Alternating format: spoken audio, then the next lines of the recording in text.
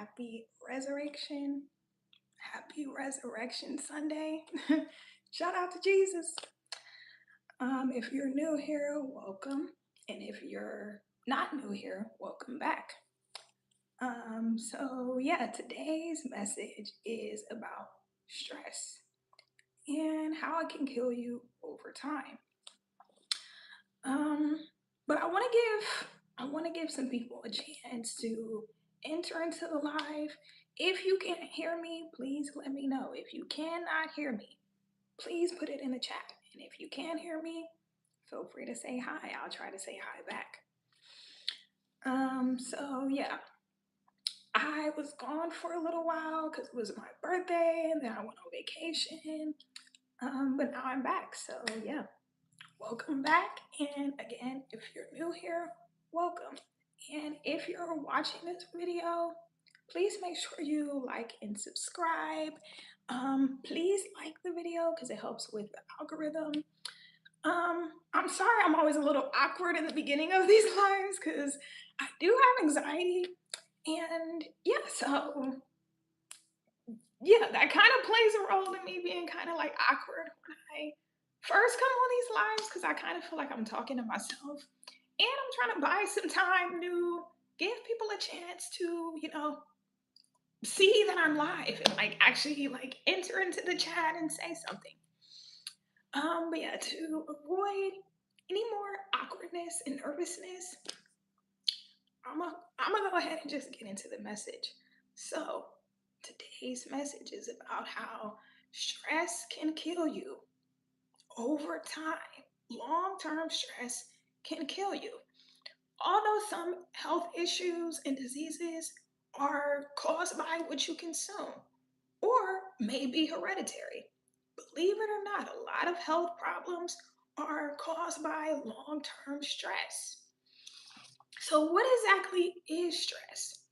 Stress is the body's natural physical, mental, or emotional response to any demand, challenge, or threat, often prompting a fight or flight reaction.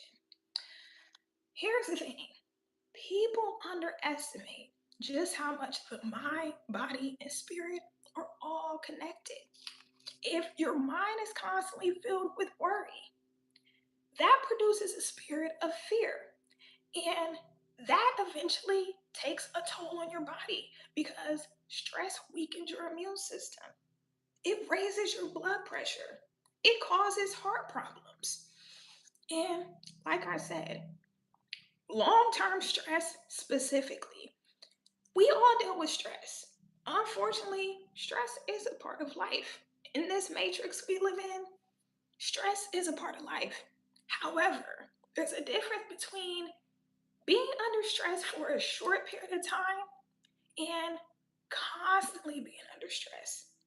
Living every day in stress for an extended period of time and maybe for even most of your life. That is what can kill you, not short term stress. As humans, we're built to deal with short term stress.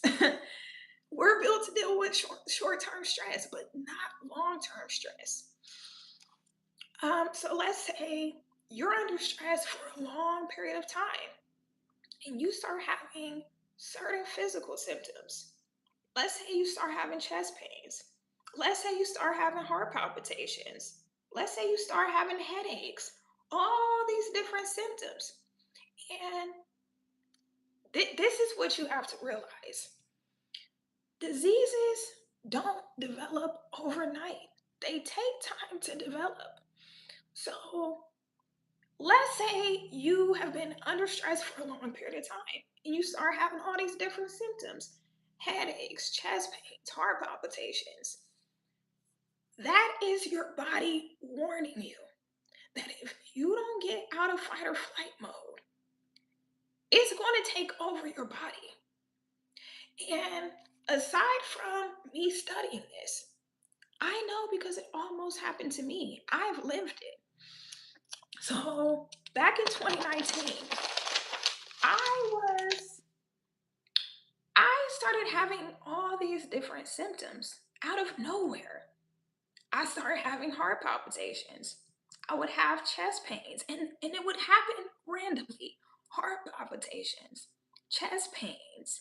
My hair was falling out. Like I would have clumps of hair falling out when I would take a shower. Um, I was bleeding in between periods. I even was having migraines. I've never in my life had migraines. Maybe a slight little headache, but not migraines. It would feel like something was moving around in my head. And I'm gonna be real, I thought I was dying. So I went to the doctor, and of course, they ran all these tests, and they're like, oh, your test came back great, you're healthy, everything came back positive. And I'm like, BS. BS. I don't care what them tests say. I'm telling you what I'm feeling. I don't feel healthy. Something is going on. So they're like, are you sure it's not stress? And I'm getting pissed off because I'm like, no, it's not stress. Stress would not cause all these symptoms.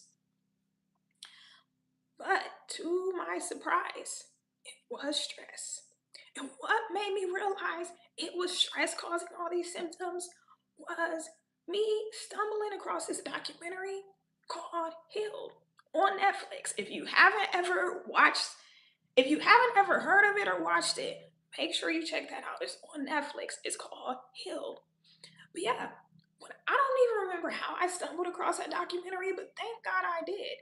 When I stumbled across that documentary, at the end of the documentary, I started crying because I instantly realized, Kyla, this is due to stress. All these different symptoms you've been having are due to stress, which is why doctors can't find anything, which is why on paper it looks like you're healthy. And here's the thing, you can you can be healthy on paper, and just because your tests come back positive and you're healthy on paper, if you're experiencing certain physical symptoms, yeah, on paper you might be healthy, but that doesn't mean there's not something developing. Because like I said, diseases don't just happen overnight. They take time to develop. So those symptoms you're having, that all your tests came back positive, your blood work, all these different things came back positive, but you're having these symptoms. If you continue to live in fight or flight, you continue to live in a state of stress, those physical symptoms are going to develop into some type of disease, an autoimmune disorder, even cancer. And watching that documentary and all the other research I've done over the years and things I've studied over the years, it's clear as day that stress has a strong impact on your physical health. But like I said, it doesn't happen overnight. So if you're like, no, I've been stressed for a long period of time and I've been having those symptoms, like, oh no, it's too late. It's not too late because like I said, diseases don't happen overnight. They take a long time to develop. So once you realize that, man, I've been living in a state of stress, and this is why I've been having all these health issues. The first step to the first step to stop living in a state of stress is to first figure out the root cause. What is the root cause of your stress? If it's one thing, if it's multiple things, you gotta really sit with yourself and figure that out. And a lot of times, the three main things that people stress about, or the three main things that cause people stress, number one, their environment. If you have a toxic work environment, or your job is stressful, or let's just say you are in a stressful living situation, that is one of the main reasons that people live in a state of stress is their environment, whether it's your work life or your home life, or maybe it's the city you live in, maybe it's the neighborhood you live in. Number two, people.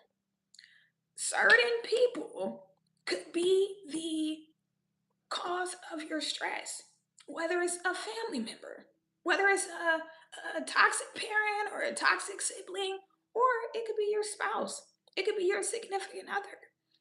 And number three, last but not least, this is probably the number one thing most people stress about is money.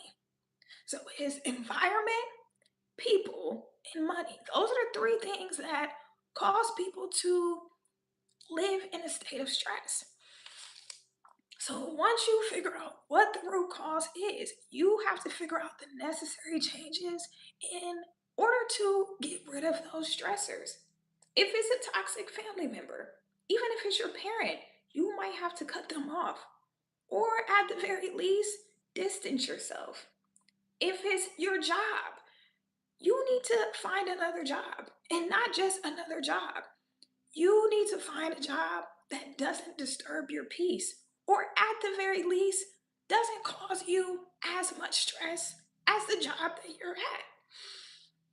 And if it's money, if it's something that you can't automatically change, like money, if you can't change your circumstances, if you can't just magically make money appear, you don't have a way to make a significant amount of money in this moment, the best thing for you to do is to change your mindset. Go from having a fear mindset to a faith mindset. You have to pray, tell God what you need, ask God to provide for you, ask God to order your steps and lead you to more money, lead you to a better job, lead you to maybe a way to be your own boss and start your own business, whatever it is. You have to pray. Tell God what you need. And after you tell God what you need and you ask Him to provide for you, you just trust. You pray and trust. Because worrying about money ain't gonna make money magically appear. But I also understand that we need money. Unfortunately, in this matrix, you need money to survive. But like I said, you can't just make it magically appear. So when it comes to that, you you have to just have faith. You just have to have faith in God. As simple as that sounds, as unrealistic as that sounds, some people might be like, man, I can't just have faith when my rent is due. How am I going to pay my bills? Like, da da da. And it's like, trust me, I get it. But guess what? I've also heard crazy stories of people being blessed by God when they were in dire situations and they didn't know where the money was going to come from. They didn't know how they were going to make it. And God made a way literally out of no way. So, like I said, it goes back to having a faith mindset instead of a fear mindset. Worry, anxiety, doom, and gloom. That's all things of the devil.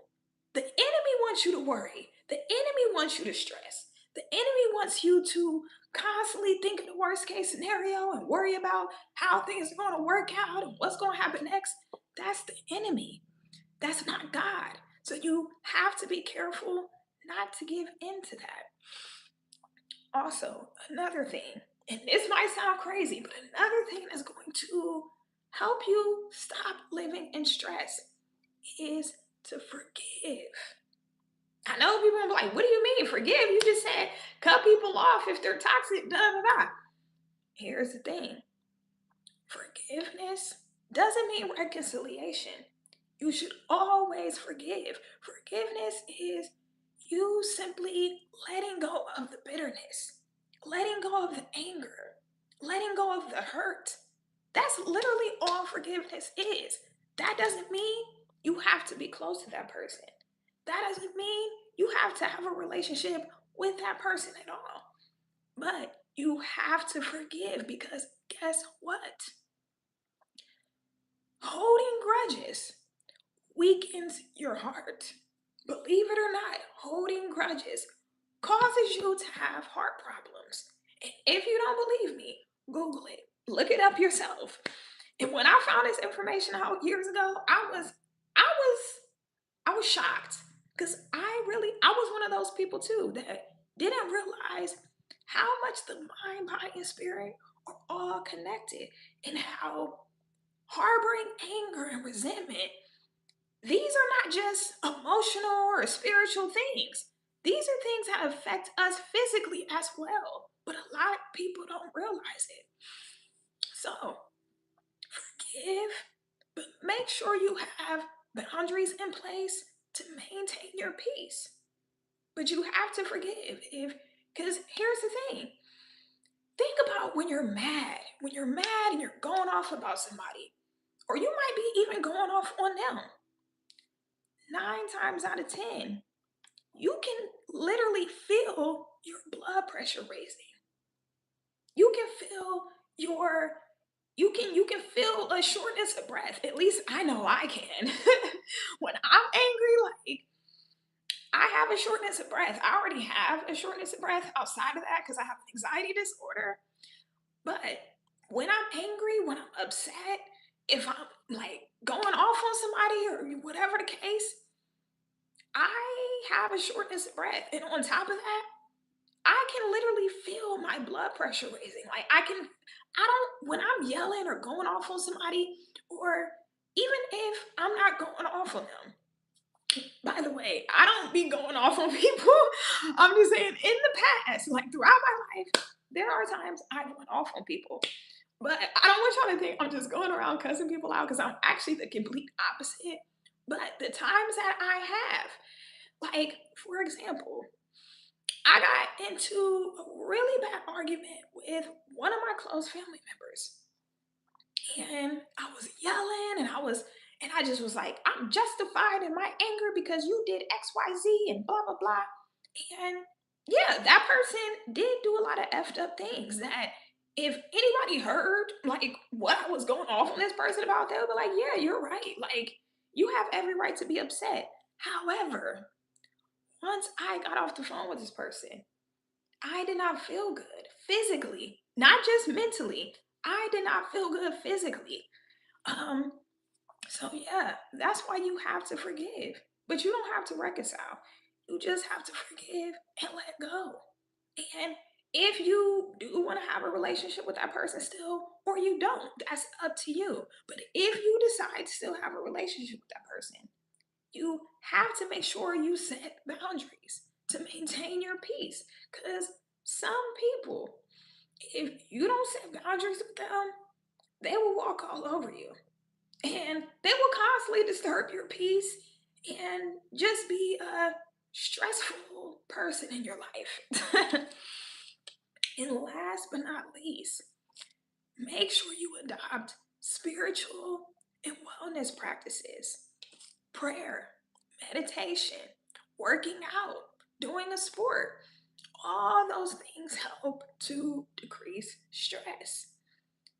And it's a scientific fact. It's been scientifically proven. Working out lowers your stress levels and it actually increases your happy hormones, your endorphins. So yeah, but even if you're not into going to the gym, make sure you're active. Make sure you do something active. Even if it's Zumba, if it's Pilates, if it's going and playing basketball, just make sure you're active. Even if it's just going on a walk every day. Um, and like I said, having spiritual practices, making sure you pray on a daily basis, especially if you're a believer, is so important to keep an open line of communication with God. Because that's what's going to help you with your stress too. Because not to like preach or whatever, but being close to God gives me a peace that I've never felt. It gives me a peace that surpasses all understanding, even in the midst of chaos. So, yeah, I would strongly encourage you to make sure you have a strong spiritual life because that's going to help with you not living in stress as well. Because here's the thing, you can't have faith and also constantly be in a state of stress. You got to pick one or the other. Are you going to have faith or are you going to have stress? Are you going to have trust or are you going to have stress? But you can't stress and trust God at the same time. So when you find yourself stressing about something, ask yourself, is stressing going to change things for the better? Is stressing about the situation going to turn things around?